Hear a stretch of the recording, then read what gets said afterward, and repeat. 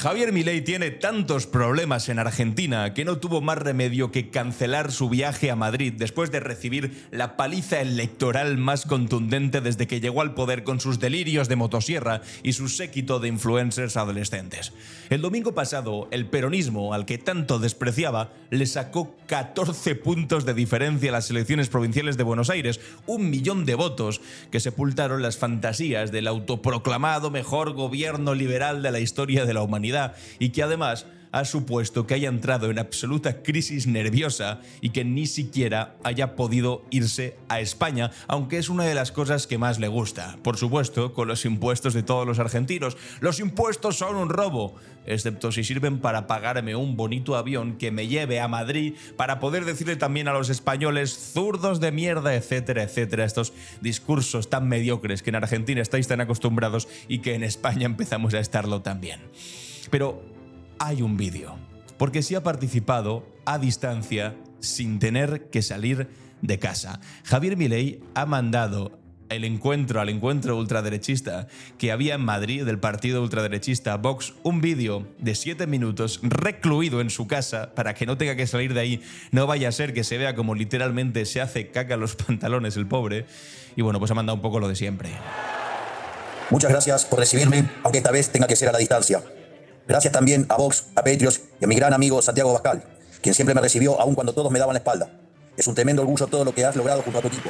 Son literalmente, amigos y amigas, 7 minutos enteros En primer lugar, de Javier Milei leyendo un papel, mirando hacia abajo, completamente asustado, sin saber qué decir más allá de lo que está perfectamente pautado. De hecho, momentos delirantes como este, por ejemplo. Nos atacan para exterminar a nuestras mujeres y a nuestros hijos. que como dicen las Sagradas Escrituras, ellos nos atacan llenos de insolencia y de impiedad para exterminarnos a nosotros, a nuestras mujeres y a nuestros hijos, y para apoderarse de nuestros despojos.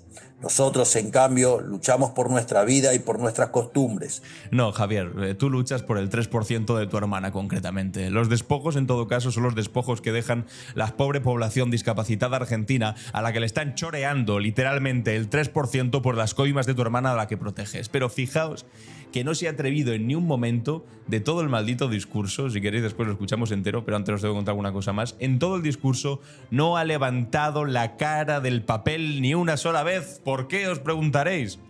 Porque está en shock. Porque está en shock, porque no tiene ningún tipo de criterio más allá de leer lo que alguien le ha escrito, porque en el caso de que empiece a hablar, comienzan los tartamudeos, empieza a decir cosas que ni siquiera había pensado y se hunde todavía más en la miseria electoral de la que acaba de salir, bueno, no ha salido todavía, en la que está inmerso al 100% después de lo que ocurrió hace apenas una semana. Es que claro, si Milei se pavoneaba entre las cámaras durante las elecciones que decidió nacionalizar, prometiendo clavar el último clavo en el ataúd del kirchnerismo, literalmente decía esto, kirchnerismo nunca más, que repetía como un mantra, mientras nacionalizaba unas elecciones provinciales que nunca habían sido gran noticia realmente, y convirtió de manera torpe y absurda estos comicios en un plebiscito sobre su gestión, y el resultado acabó siendo demoledor, tanto que es que ni siquiera ha ido a España, siendo una de las cosas que más le gusta hacer. El peronismo resulta que no solamente no estaba muerto, sino que ahora ha unido el miedo de Javier Milei y está listo para devorar al rey desnudo que creía caminar sobre las aguas, por mucho que haga citas bíblicas de estas características, pero ahora mismo está recluido en su casa sin saber qué carajo hacer. La provincia de Buenos Aires concentra más de 1/3 de la población argentina. Es decir, que es el termómetro político más importante del país, y allí, donde Milei apostó todo su capital político a que iba a ganar, Fuerza Patria rozó el 48% de los votos, mientras La Libertad Avanza, el partido de Milei, se quedaba atascado en 33. Ostras, es que los números no mienten.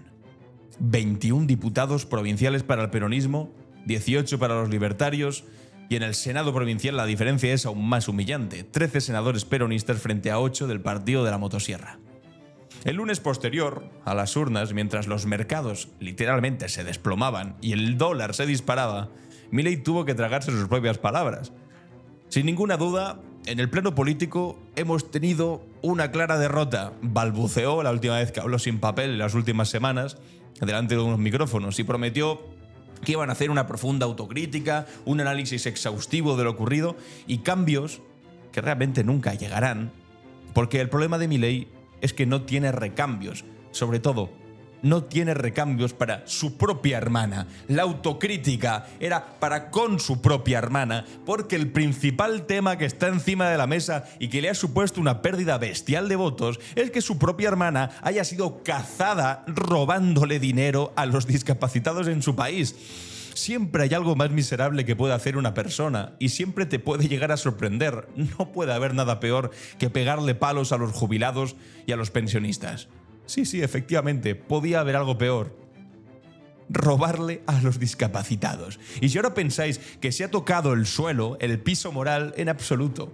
Todavía es capaz Javier Milei de ir comiendo y comiendo y comiendo al sentido común más básico que cualquier persona sobre la faz de la Tierra tiene, pero que él, en su deriva, yo creo que ya diría psicótica, es incapaz de contrarrestar. Y junto al problema de Karina, su banco de suplentes es que está vacío. La libertad avanza, es lo que se ve, no hay más. Es este tipo ahora mismo leyendo, mirando hacia abajo porque no sabe si se va a equivocar como le toca improvisar algo. Es lo que hay. Un puñado de personajes sacados de platós de televisión, viejos conocidos de su facultad y una familia Menem que está por ahí, que todavía sigue por ahí, cada vez más salpicada por casos de corrupción que se han llevado al fango, al pantano, a la ciénaga, a su propia hermana. Cristina Fernández de Kirchner, condenada a prisión domiciliaria, pero ahora mismo, y para desgracia de Milei, más biopolíticamente que en los últimos años, no perdió obviamente la oportunidad de clavarle el puñal el mismo día. Viste, Milei le escribió en las redes sociales: banalizar el nunca más no sale gratis. Reírte de la muerte y el dolor de tus oponentes tampoco. Pero señalar con el dedo y estigmatizar a los discapacitados mientras tu hermana cobra el 3% es letal. Y efectivamente, como dijo Cristina, es letal. La hermana en cuestión, Karina Milei, la persona más poderosa, es delirante, la más poderosa del gobierno argentino, el cerebro, pongámoslo entre comillas, del Mesías libertario, y sobre ella pesando una causa judicial por sobornos que avanza a paso de tortuga, pero avanza. Y también está además el escándalo de la criptomoneda Libra, promocionada por el propio presidente, que resultó ser una estafa y que también estaba, oh casualidad, mediada por esa misma hermana. Es decir, que la bandera de la honradez que hace 2 años convirtió a un excéntrico comentarista televisivo en presidente de la Argentina, se está desintegrando ante los ojos de los argentinos, pero de manera brutal. Me hace bastante gracia ver algunos medios de comunicación, lo compartía aquí Yago Álvarez Barba en Twitter, como eleconomista.es. Decía: si buscas el milagro Milei o revolución Milei en El Economista, te salen decenas de artículos hasta mediados de julio. Luego de repente para. Esto es un periódico de una línea bastante próxima a Javier Milei, libre mercado, liberalismo, etcétera, etcétera, pero resulta que en julio para los artículos hablando del milagro de la economía argentina, de la revolución Milei, bla, bla, bla. Desde entonces ya no hablan de milagros y hoy publican uno que se preguntan si se acabó Milei. En breve van a empezar a renegar de él. Y es que la diferencia es brutal. Esto es un ejemplo de los tantos que han escrito: el milagro Milei que nadie vio venir en Argentina. Los salarios se disparan y superan los beneficios en economía. Y de repente el último que han publicado, ya no han publicado más en esas características, el último es: se acabó Milei, el mayor palo desde que gobierna, llena de desconcierto al presidente argentino. Si los medios de comunicación, que tenían una línea editorial claramente orientada a proteger a Javier Milei y su proyecto político, de repente empiezan a hablar en estas características: se acabó Milei, un palo electoral, etcétera, etcétera, es que el tipo debería empezar a preocuparse. Porque el problema real de Milei va mucho más allá de los escándalos puntuales que conocemos día tras día. Es un problema estructural. Su círculo de poder es minúsculo y está compuesto por los mismos personajes que él había prometido destruir. Eduardo y Martín Menem, primos entre sí, familiares directos del expresidente Carlos Menem, que controlan los hilos del poder legislativo. Sebastián Pareja, un peronista antikirchnerista que dirigió la campaña fallida en Buenos Aires y ha sido ratificado en el cargo a pesar de todo. Y si esto no es casta, amigos y amigas, que venga Dios y lo vea. Y las fuerzas del cielo, ese ejército de jóvenes influencers que defendían a Milei como apóstoles en las redes sociales, ahora lo que están haciendo es criticar abiertamente al círculo de hierro presidencial. Hay una pelea extraña ahí. Daniel Parisini, conocido como el Gordo Dan, es su voz más sonora en redes sociales y ha exigido cambios inmediatos en el gobierno. Que ordenen ya el equipo, que lo cambien, pero claro, Milei no puede ordenar lo que no tiene o no controla. No hay equipo de recambio, no hay cuadros políticos. No hay nada más allá del espectáculo mediático que lo acabó llevando eventualmente al poder y que ahora mismo lo tiene secuestrado en esa burbuja de incapacidad. Por cierto, el desplome bursátil del lunes siguiente de esas elecciones en las que fracasó brutalmente fue apocalíptico. El índice Merval cayó más del 13%. El riesgo del país superó los 100.000 puntos, el dólar se disparó casi un 8% hasta rozar los 1.500 pesos y las principales empresas argentinas perdieron hasta el 17% de su valor en Wall Street. Los mercados, esos dioses del capitalismo salvaje a los que Milei veneraba constantemente, le dieron la espalda sin contemplaciones después de las elecciones. Y la respuesta del gobierno ha sido patética. Milei ha ordenado la formación de mesas políticas como si reunir a los mismos de siempre alrededor de una mesa fuese a cambiar algo. Una mesa nacional además con su hermana, con Karina, con Patricia Bullrich, con Guillermo Francos y el resto del séquito habitual, los de siempre. Otra mesa de diálogo, mesa política nacional con los gobernadores que ya le han declarado la guerra. Y una tercera mesa para Buenos Aires que nadie sabe demasiado bien para qué carajo sirve. Mesas y más mesas mientras el barco se hunde. Y ojo, también mesas en la calle donde pone a sus militantes, a los que le quedan libertarios, y a los que se les acercan en esas mesas en la calle diciéndole este 3% es para Karina, dándole sobres la gente grabándolo para reírse de ellos en redes sociales.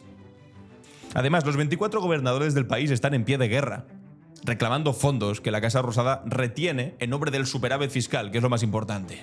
Que la gente se muera de hambre, pero que haya superávit fiscal. Y la oposición, antes dispersa, opera ahora en conjunto, unidos en el Congreso, para aprobar leyes que desafían el déficit cero de Milei, al que no le queda más remedio que de manera mediocre estar vetando esas leyes, todas muy sensibles, cosas que tienen que ver con la educación, con las universidades, con la sanidad pública, con el consiguiente costo político que tiene todos esos vetos. Esta semana vetó la ley de financiamiento universitario y también la de emergencia sanitaria en salud pediátrica. ¿Se puede ser más miserable? Bueno, pues de veto en veto hasta el veto final, mientras su popularidad se desmorona cada día más.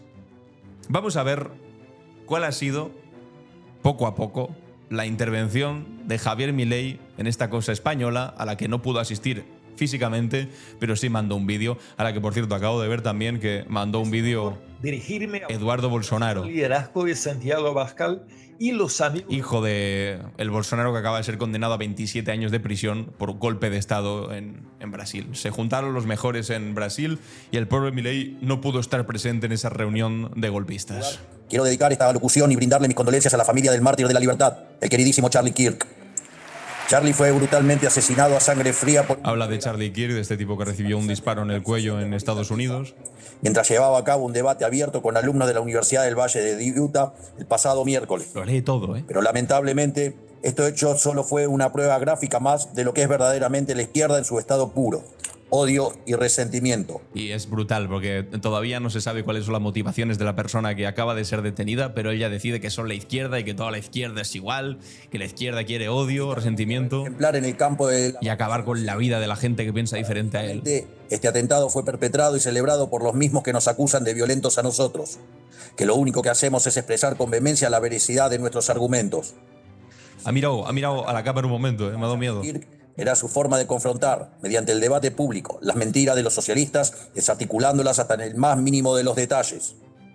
Asesinaron a una persona intachablemente pacífica. Solo Dios sabe qué será del alma del malnacido que apretó el gatillo.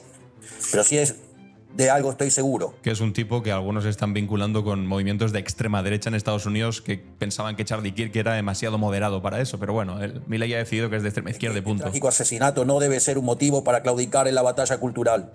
Son personas que servimos a la causa noble y justa de la libertad. 2 minutos ya de 7 minutos que ha hablado y se ha dedicado a hablar de los Estados Unidos.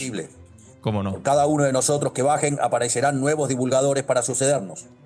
Tuve el honor de conocer a Charlie Kirk, un ser humano excepcional, que desde su juventud se dedicó a trabajar contra el adoctrinamiento. ¿Pero qué esperabais? ¿Que fuese a hablar de Argentina, del Estado de Argentina? En 2002. ¿Qué esperáis? ¿Que fuese a dar alguna lección a España? Porque me encanta, porque yo cuando digo cosas de Milei me dicen, no, y en España los problemas que tenéis con los menas y con los musulmanes y no sé qué, digo, de verdad. Más quisiera Javier Milei tener una economía mínimamente parecida a la española. Mínimamente parecida a la española. Y se tienen que inventar que vivimos con miedo de salir a la calle, por Dios. No nos tomen el velo. Tiene que venir Javier Milei e intentar dar lecciones a España. Claro, es que en España nos reímos cuando viene este señor a explicarnos cómo tenemos que organizarnos y a decirnos el socialismo es pobreza. Me lo dices tú, que el socialismo es pobreza. Pequeños grupos. Mira cómo tienes a tu propio país. Algo que inevitablemente me recuerda a mis inicios en Argentina, cuando éramos pocos quienes defendíamos las ideas de la libertad en los medios de comunicación. Claro, era el único que defendía la libertad. Todos los demás con la dictadura, imagino, ¿no? Algo por lo que seguramente también pasó Santiago Abascal en sus inicios o muchos de los referentes de este movimiento a nivel global. Bueno, es tremendo. El tipo lleva 3 minutos de 7 minutos. Ahora se está comparando a sí mismo con Charlie Kirk para intentar acercarse un poco a la épica de ese movimiento. Y poco más que eso, amigos. Pero no debemos temerles, porque como dicen las Sagradas Escrituras, ellos nos atacan llenos de insolencia y de impiedad. Este es el momento de antes que os he puesto. No hacerte daño, tienes todo nuestro respaldo. Aquí habla momentáneamente el líder de extrema derecha español. Por el esfuerzo de comunicar con nosotros en directo, te hemos echado de menos aquí para poder darte un abrazo. Bueno, en fin. Muchas gracias, querido Santiago. Muchísimas gracias a cada uno de los que están en... Lo que pasa es que no explica por qué no ha podido venir. Que sepan que mi corazón está con ustedes. ¿Y por qué no has podido ir? Ese es el tema. Y eso es lo que todos saben y en Argentina, desde luego, conocen a la perfección.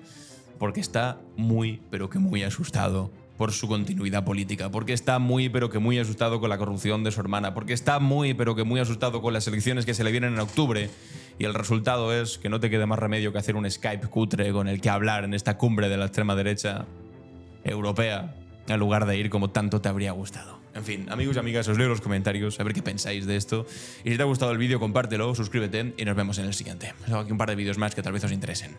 Adiós.